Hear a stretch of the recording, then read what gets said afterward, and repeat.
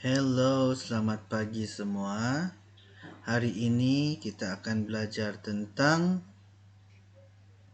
bab 1, rangsangan dan gerak balas. Apa sudah nih? Oke.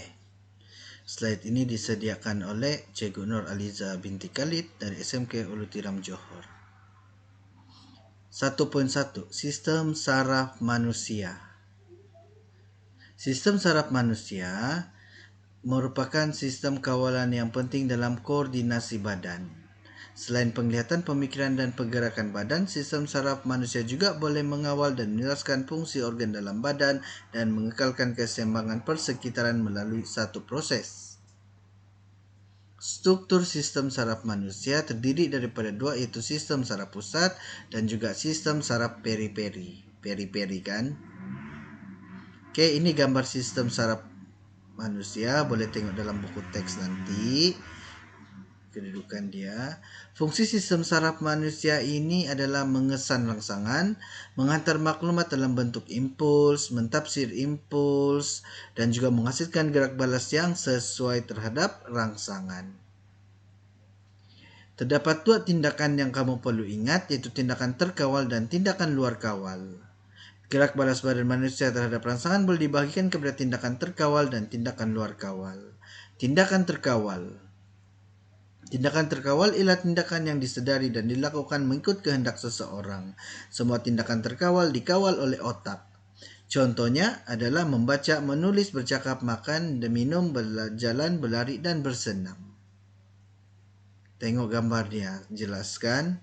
Semua benda yang kita buat adalah berkaitan tentang tindakan terkawal. Ini pula menunjukkan urutan aliran impuls dalam tindakan terkawal. Kita menerima dahulu rangsangan, kemudian rangsangan itu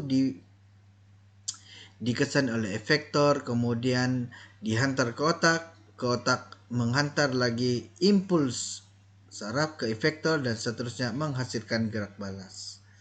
Oke, ini pun ada dalam buku teks, tolong pahami dan tolong ingat gambar ini. Tindakan luar kawal. Tindakan luar kawal ialah tindakan yang berlaku secara serta-merta tanpa disedari atau difikirkan terlebih dahulu. Tindakan luar kawal ini terbahagi kepada dua kumpulan.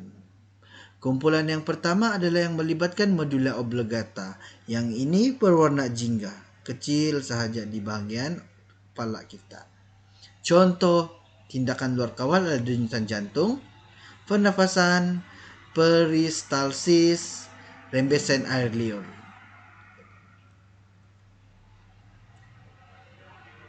Ini contoh-contoh dia. Kalau kamu tidak tahu apa itu peristalsis, dia adalah pergerakan ataupun sistem pencernaan kita berlaku. Tindakan luar kawal yang kedua pula adalah melibatkan saraf tunjang, tapi lebih kita faham bila kita sebut tindakan refleks.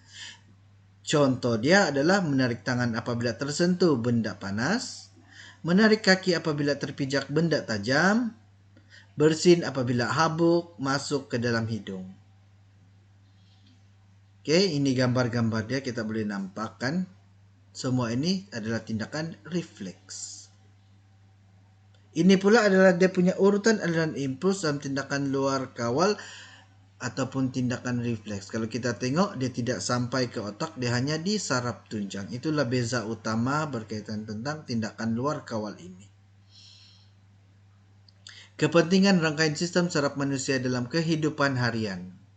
Rangkaian sistem saraf manusia berfungsi mengawal dan mengkoordinasikan organ dan bahagian badan supaya dapat menjalankan proses dalam badan seperti pernafasan dan aktiviti harian seperti pergerakan badan. Sistem saraf yang terjejas lazimnya menjadikan seseorang itu lumpuh sementara, lumpuh separuh ataupun lumpuh keseluruhannya. Maka tamatlah bahagian yang pertama.